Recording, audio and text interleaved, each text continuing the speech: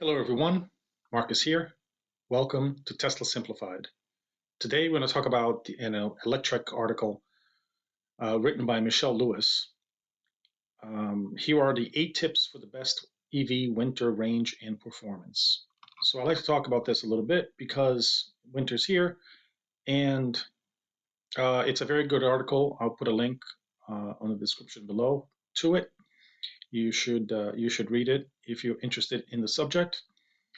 But I just like to give some comments and information on these things. So the first suggestion is park in a garage if possible. So yes, so in my experience, parking in the garage is great if you have one. The car, my garage is actually more than 10 degrees Fahrenheit warmer than the outside temperature. So parking in the garage makes a big difference. For your car's battery and how much energy the car has to use in order to keep the battery at a good temperature. So that's a good thing, but a lot of people that's just not possible. The second thing would be to schedule departure.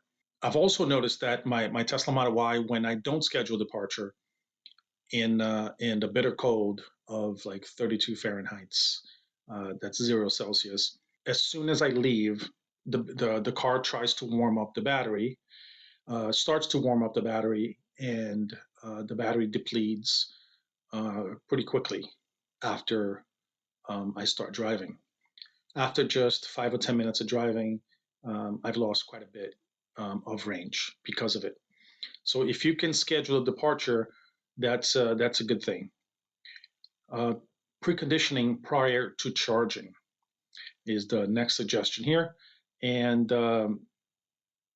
that is going to do the same thing that the scheduled departure, or more or less, is going to do the same thing that scheduled departure is. You can schedule a departure to get the battery to whatever state of charge you want it to be, and in the Teslas you can check a box, and it allows you to precondition the battery before you leave. So those two things are sort of linked in the Tesla app. Next thing would be use eco mode and reduce use of electric features. So a lot of cars have eco modes. The Tesla does not. The closest thing it has would be to put it on chill, which is reduces the power to the motor and gives you a less sporty acceleration. But that also helps you save the battery a little bit because you're not pushing the car so hard. And over here it says that the EV heating system should be turned down a few degrees. I don't think this is something that I actually thought of doing when I first got the car, and it's just not necessary. I mean, if you want to turn it down a few degrees, great, but they're just for the Teslas. There are chargers everywhere, and the chargers are fast, and the range in these cars, are great. So really turning down the system and being slightly cold or slightly uncomfortable really doesn't make sense to me. To just conserve, maybe a degree or two, especially with the cars today, with they're coming out with heat pumps, it just makes no sense to me. I rather just be comfortable and use up a couple of. It's really not that big a deal. I wouldn't do this particular thing.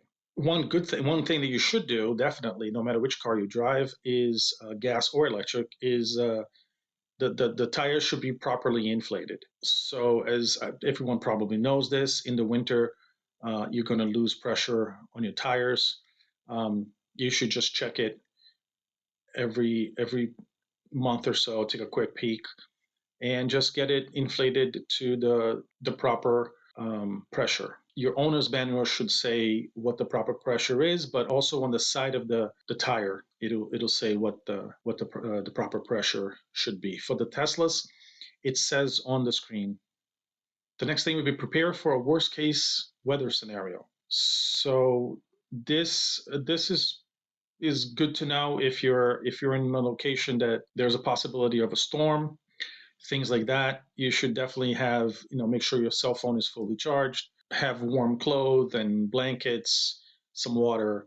Uh, Perhaps you want to go as far as non-perishable foods, as the article suggests. A small shovel, I think it really depends on the person. I don't think I would carry a small shovel with me in my car just in case there's a snowstorm and I'm stuck. It seems a little too much for me, but I understand, and I would encourage some people to do it if they would like to do it.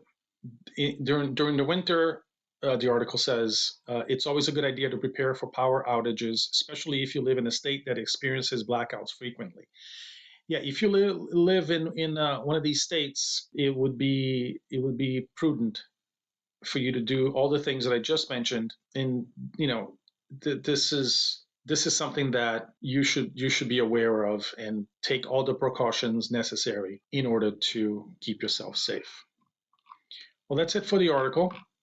Thank you, everyone, for listening. If you like this kind of content, please like and subscribe. I will see you next time.